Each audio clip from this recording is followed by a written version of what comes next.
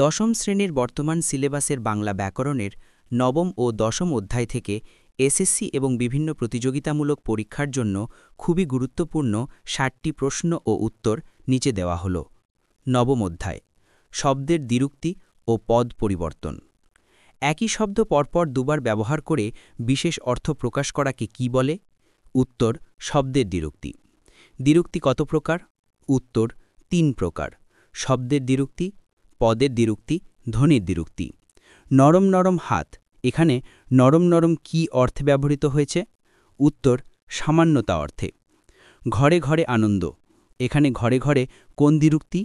উত্তর, পদের দ্বিরুক্তি, বিভক্তিযুক্ত। ঝমঝম, শনশন, এগুলো কোন ধরনের দ্বিরুক্তি? উত্তর, ধ্বনির দ্বিরুক্তি। ঝিরঝির করে বাতাস বইছে, এখানে ঝিরঝির কি অর্থে ব্যবহৃত হয়েছে? উত্তর, বিশেষণ অর্থে। থেকে থেকে বৃষ্টি আসছে, এখানে থেকে থেকে কি অর্থে ব্যবহৃত হয়েছে? উত্তর, কালগত অর্থে। হাসি হাসি মুখ, এখানে কোন ধরনের দ্বিরুক্তি ব্যবহৃত হয়েছে? উত্তর, শব্দের দ্বিরুক্তি। শিশুরা খেলা করছে, এখানে রা কোন অর্থে দ্বিরুক্তি?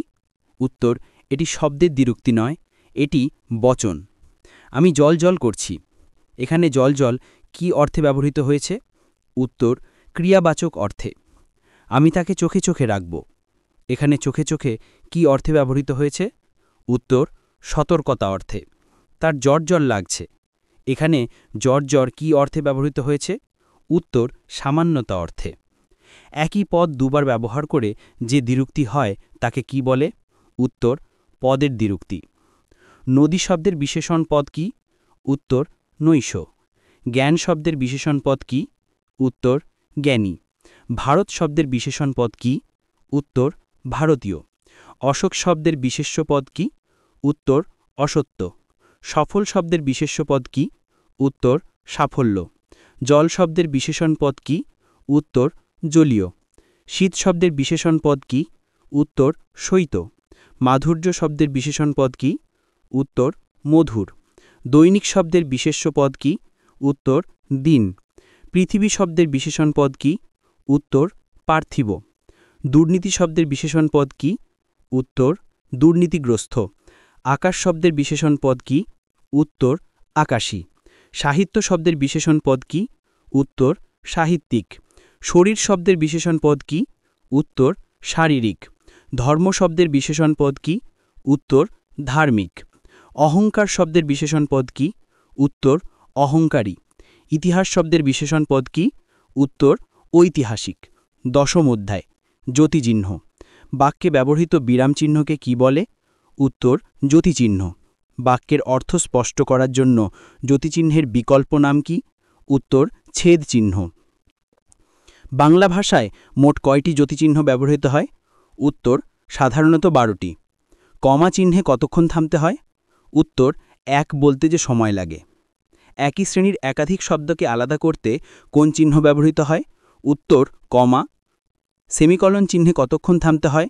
উত্তর, এক বলার দ্বিগুণ সময়। দাড়ি চিহ্নে কতক্ষণ থামতে হয়? উত্তর, 1 সেকেন্ড। বাক্যের পূর্ণাঙ্গ ভাব বোঝাতে কোন চিহ্ন ব্যবহৃত হয়? উত্তর, দাড়ি। প্রশ্নবোধক চিহ্নে কতক্ষণ থামতে হয়? উত্তর, 1 সেকেন্ড। বিস্ময়সূচক চিহ্নে কতক্ষণ থামতে হয়? উত্তর, 1 সেকেন্ড। সম্বোধন পদের পরে কোন চিহ্ন বসে? উত্তর, কমা। হাইফেন চিহ্নের কাজ কি? উত্তর, দুটি শব্দকে যুক্ত করা। ড্যাশ চিহ্নের কাজ কি? উত্তর, বাক্যকে বিচ্ছিন্ন করা বা ব্যাস বাক্যকে স্পষ্ট করা। কোলন চিহ্নের কাজ কি? উত্তর, উদাহরণ বা তালিকা দিতে ব্যবহৃত হয়। কোলন ড্যাশ চিহ্নের কাজ কি? উত্তর, কোলন ও ড্যাশের মিলিত কাজ করে।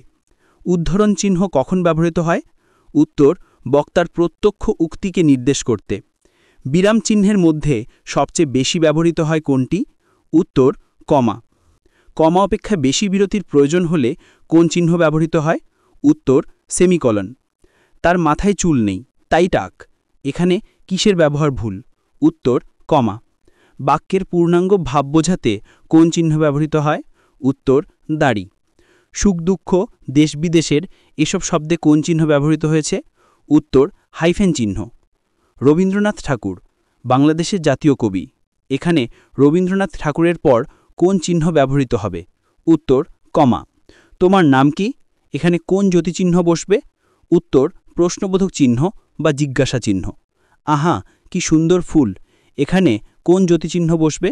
উত্তর বিস্ময়সূচক চিহ্ন। কোন জ্যোতিচিহ্নের কারণে বাক্যে সামান্য বিরতি ঘটে? উত্তর কমা। কোলন, ড্যাশ এবং হাইফেন চিহ্নে কতক্ষণ থামতে হয়? উত্তর থামার প্রয়োজন নেই। কোন জ্যোতিচিহ্নকে ইংরেজিতে ফুল স্টপ বলা হয়? উত্তর দাড়ি। কমা কোন ধরনের বিরামচিহ্ন? উত্তর পূর্ণচ্ছেদ নয় এমন বিরামচিহ্ন। জ্যোতিচিহ্ন ব্যবহারের ভুল হলে বাক্যের কি পরিবর্তন হয়? উত্তর অর্থের পরিবর্তন ঘটে। তিনি বললেন, আমি আজ বাড়ি যাব। এখানে কোন চিহ্ন ব্যবহৃত হয়েছে? উত্তর বিরামচিহ্ন এবং উদ্ধরণ চিহ্ন।